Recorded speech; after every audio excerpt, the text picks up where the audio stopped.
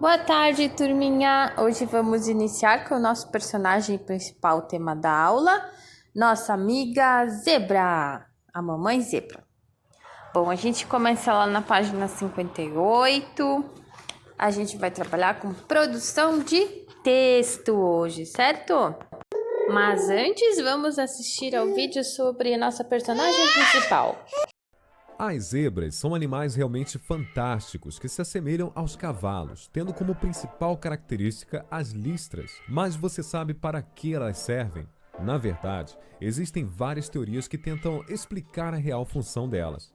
Segundo estudos realizados por cientistas da Universidade de Calgary, essas listras ajudam esses animais a se protegerem do calor intenso das savanas. Porém, várias outras pessoas acreditam que serve mais como uma espécie de camuflagem, pois a maioria dos seus predadores enxerga apenas em preto e branco.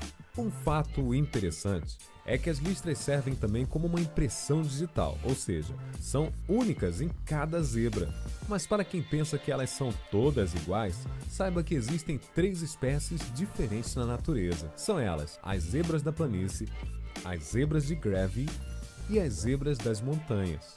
A zebra da planície, ou Equus burchelli, como é mais conhecida, tem cerca de 6 subespécies distribuídas em grande parte do território da África Austral e Oriental.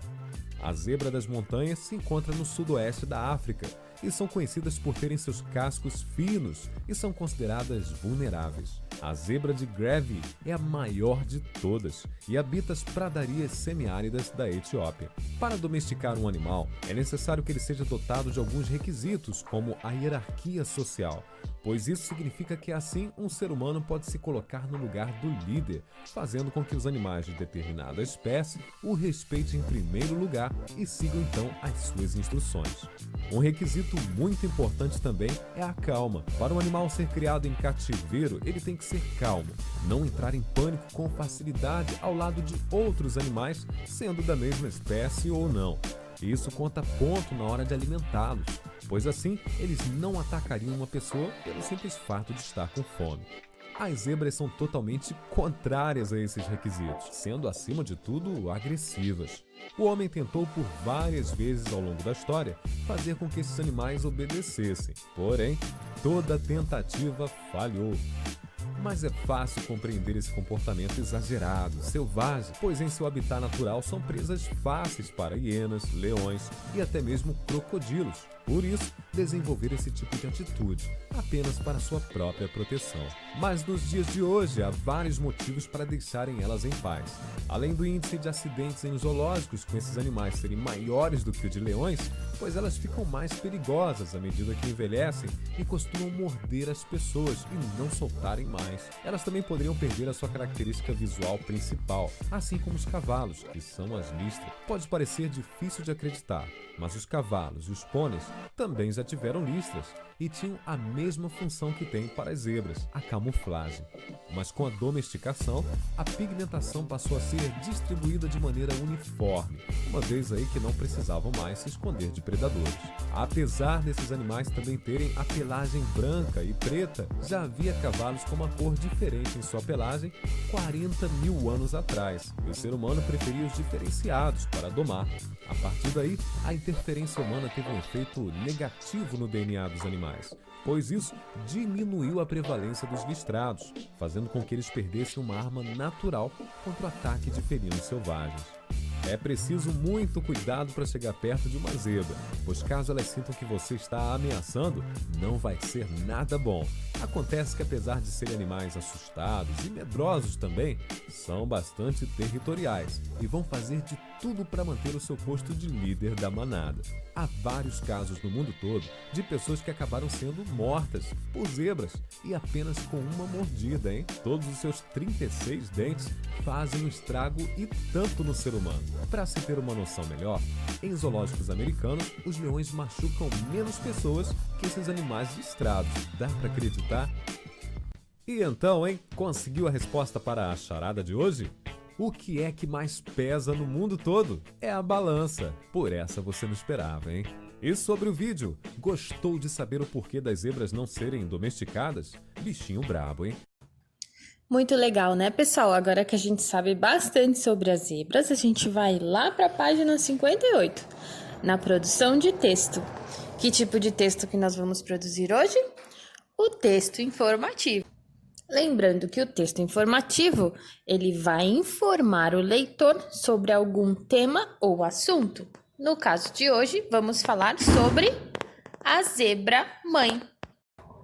Então, ali no item 1, vocês leram informações sobre a mãe crocodilo.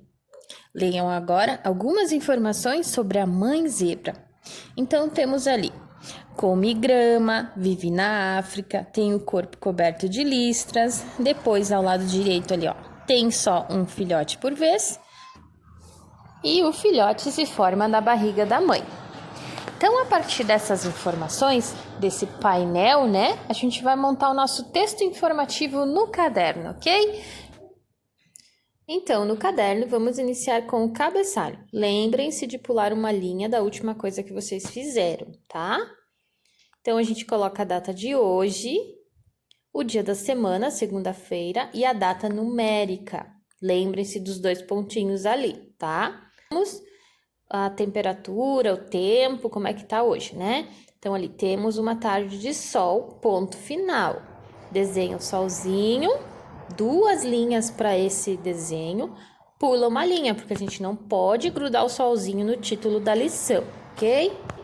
Então, a prof fez de rosa, vocês podem pegar um lápis de cor e colocar o título: Produção de texto, 2 pontinhos, texto informativo. Então, lembrando, vamos informar o leitor, que é quem vai ler o nosso texto, sobre algo, sobre um assunto, certo? Então, vocês vão começar a copiar ali. A prof já juntou o que tinha no cartaz para a gente montar o texto. Título, né? A zebra mãe. Então, pula uma linha do título. Vocês estão vendo que onde eu pulei linha, vocês também têm que pular. Então, a prof uniu o que estava ali no cartaz da zebra. Primeiro parágrafo ficou: a zebra vive na África. Ponto final. Ela tem o corpo coberto de listras e come grama. Ponto final. Novo parágrafo. Por ser mamífero, vírgula, o filhote se forma na barriga da mãe, vírgula, tendo só um filhote por vez. Ponto final. Este é o texto que vocês vão copiar no caderno, certo? Depois, vocês vão fazer mais um parágrafo. Vocês vão criar um novo parágrafo com alguma informação que vocês gostaram do vídeo, tá? Essa informação não pode ser a mesma que já tem no texto. Lembrando que, como é um novo parágrafo, vocês precisam botar o dedinho ali para fazer a marcação do espaço, né? E daí iniciar a sua frase. Vai até onde tem linha. Vocês lembram que a linha é que nem uma pista de corrida, eu vou até onde tem, acabou, eu vou para a pista de baixo encostando na margem, tá? Porque a frase continua até o final, certo? Depois que vocês terminarem esse parágrafo, vocês vão enviar para a prof uma foto. Agora, voltando para o livro, na página 59, vamos iniciar língua, usos e reflexão. Vamos falar sobre parágrafo e pontuação. Atividade oral e escrita. Então, exercício 1. Observem e comparem os trechos de 2 textos que vocês já leram. Então, letra A. A gente vai, então, conversar, no caso, né, sobre o que vocês observaram. Na verdade, vocês vão observar em casa aí qual que é a diferença entre os 2 textos, tá? O prof vai ler o primeiro, ó. Texto 1. A barata diz que tem um tapete de cetim. É mentira da barata, ela dorme no capim. Texto 2. Os crocodilos fêmeas protegem seus ninhos. Quando ouvem seus filhotes gritando, as mães abrem o ninho e os ajudam a sair do ovo. Depois, levam-nos com cuidado até o rio, em sua boca. Então, letra B. Leiam a explicação a seguir e conversem. Então, vamos lá para o retângulo verde. O texto 1 é escrito em versos e estrofes, lembrando, né, pessoal? A gente tem ali a barata diz que tem os versinhos. Eles não vão até o final da linha, são versinhos curtos, cada linha do poema, porque ele está em forma de poema, né? A gente tem as rimas. Cada linha do poema é chamada de verso. O bloquinho de texto junto a gente chama de estrofe, certo? No texto 2, a gente tem parágrafos, né? Uma escrita que vai até o fim da linha. Vocês lembram que a prof falou que é escrito em formato de prosa, tá? Então, o texto 2 é escrito em parágrafos. Nos textos, os parágrafos são indicados por espaços no início das linhas, que é aquele espaço do dedinho que a prof tanto fala. No exercício 2, preencha os espaços no início das linhas. Depois, complete a explicação a seguir. Então, nesse exercício, vocês vão completar com o número, tá? Que eles vão pedir ali. Aí já a prof vai ler aqui a frase, então. No texto 2, os espaços antes das linhas indicam o início do parágrafo. Há espaços, portanto, há parágrafos. Esse A quer dizer existem, tá? O A com H quer dizer existir. Então, existem quantos parágrafos? Existem quantos espaços aí?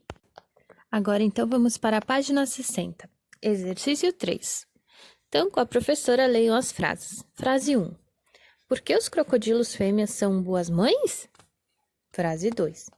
Os crocodilos fêmeas são boas mães porque protegem seus ninhos.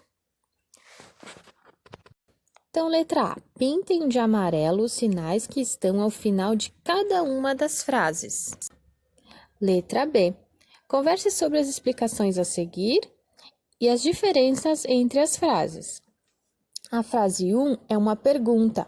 O sinal é o ponto de interrogação. A frase 2 dá uma resposta, dá uma declaração. O sinal é o ponto final. Pessoal, declaração quer dizer afirmação, ou também pode ser uma negação, tá? Então, ali no retângulo verdinho, na escrita, os sinais de pontuação indicam como a frase deve ser lida para dar mais sentido a ela. Vocês lembram, né, que na sala de aula a prof disse que os sinais de pontuação são iguais aos sinais de trânsito, né? Eles vão indicar pra gente o que a gente deve fazer durante a leitura. Não esqueçam, tá? E de português, por hoje era isso. Palmas para nossa convidada especial, nossa mãe zebra.